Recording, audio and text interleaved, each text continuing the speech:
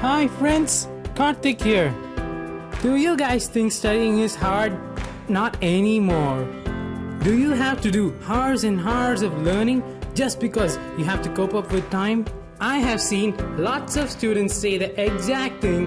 So what I'll do is, in this video, I'll give you some self-experience, value-added tips to do your stuff in exactly 1/5 of the time. In this video, I'll give you a few tips, brain hacks to help you in effective learning. Tip number 1. Break your study time into parts or sessions. An average person can pay attention to maximum 25 to 30 minutes. This includes right from lecturing, reading, writing, and etc. I emphasized on parts because, as a typical forgetting curve says, as time progresses, we tend to forget more things. And hence, don't study more. Studying more is not equal to effective learning. And the most important thing between your study sessions are breaks. Do what you like. Have fun. A typical example for cricketing fans are batsmen when they take a look away between balls to refocus their concentration. And the next thing we often forget to do is to give reward. Our brain works on rewards, and so the next time you think of the reward, you'll automatically do it. And tip number 2, study habits. Well, I would say there's no textbook definition of perfect study habit, so the best thing is to use positive reinforcement. So do what you like and do the best. Tip number 3 is dedicated study area. This includes right from the environment we study and the context in which we study. Students go to library. Well, it's not compulsory, but environment determines our behavior and mood. Well, this is an instinctive automatic response of our brain. Say we respond to our environment. In specific, our genes respond to the environment we live in. I'll give you an example. When you see your friends sleep, play video games, browse the internet, you're going to find out it's hard for you to focus in your studying. Say you have your zone. So, what you can do is, you can have your own zone specific for you to study and make it a place for you. Put on the thinking caps and go for it. And the last tip, tip number 4, active learning. You might have heard me say, don't study more. Studying more is not equal to effective learning. So here's the equation. More active learning is equal to more effective learning. What I mean is, no memorization. So you don't have to reread the same chapters from the book. So before I go into active learning, I want you to ask yourself what you're learning. Why are you learning it? Do you know already something about it? How will it help you in finding out the significance of what you're learning? Now that you have asked these questions, let's see what is learning. Learning involves 2 components. One is studying facts, and the next one is learning concepts. The first one is facts. When was the last time you heard, "It's a fact"? Facts always sound like, "What is the charge of an electron?" The only problem with facts are, you need to remember it every time, and it drifts away over time. But, thanks to 21st century, they have Google. And the second and the most important part of learning are concepts. Say anything. How does the kidneys or the brain function? You need to understand it. It stays with you forever. It's eternal and lasts longer. But here's the thing. Tests! You have to remember both facts and concepts. No Google! And still, concepts are first. So before I talk about the exams, the best way to do active and effective learning is to put everything in your own personal words.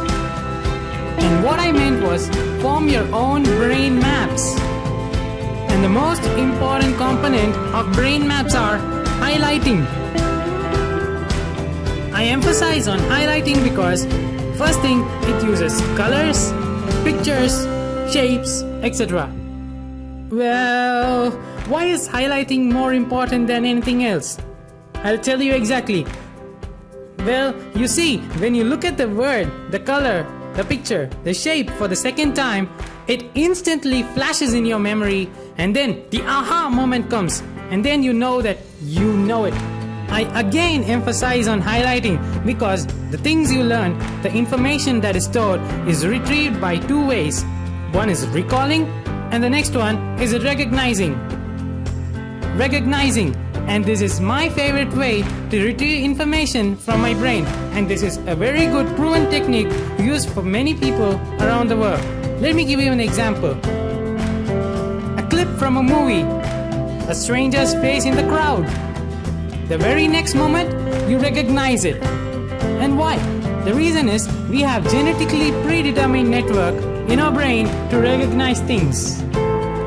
And now, the second method by which our brain retrieves information, my least favorite of all, and the most widely used method, is recalling. I tell you it's not good because it requires cues, a trigger by which you can refresh your memory. Let me refresh your memory. Does this sound familiar? A student sitting in an exam hall trying to remember that one particular word, and then the rest is history. And now that you know about drawbacks of the exams, that is, no triggers, no cues for you to bring out the information from your memory. With that being said, let's see some solutions to these problems. And now, let's see 3 proven techniques by which I promise you will start learning effectively and actively. Quiz, effective notes, and teach. The first and foremost technique that you should never forget is to never stop questioning. Ask yourself the questions: why, what, where, which, who, and so. Quiz with yourself and with your friends and see the results yourself. The second method is to start taking effective notes. It's preferable that you write in your own handwriting so that you can revise your notes after the class or as soon as it is possible. So by taking effective notes, you tend to solidify it in your long-term memory. Well, how do I start taking effective notes? First things first, you can start by asking help from your friends and discussing your doubts. Or the best thing, if you have any doubt, go and ask your professor. They are always there for you to clarify them. And now, the third and my favorite, the best way for all problems, the solution, the best way is to start teaching. Ever wondered why teachers remember everything and students not so much? Well, that's because when you teach, you tend to summarize the information. Firstly, by actively studying yourself, and secondly, you make sure that you fully understand the subject. And what I meant was, by teaching others, you can pinpoint exactly where you need to improve and where you went wrong. Well, you can always start by teaching yourself and do occasional group learning. And also, keep in mind, you should always choose a place where there is no distraction and choose friends who are always in sync with you and learn at your own tempo. And now, let's see the most important and recommended part of learning, book reading. Today, I'll share with you the secret formula used by book readers, that is SQ3R technique. And don't worry, it doesn't involve anything that involves 3 hours of study time. The S stands for survey, Q stands for question, R stands for read, and recite and review. As you know, book reading is always time consuming, and so it is always advised to do this early and not in the final moments just before the exams.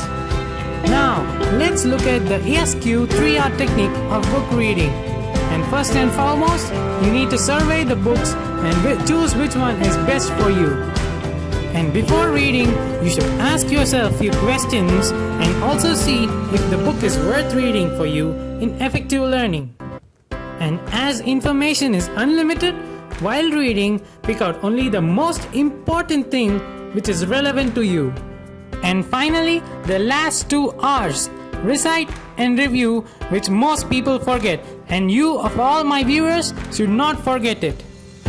Recite what you learned to yourself or to your friends and review it. Gather more information and strengthen your network.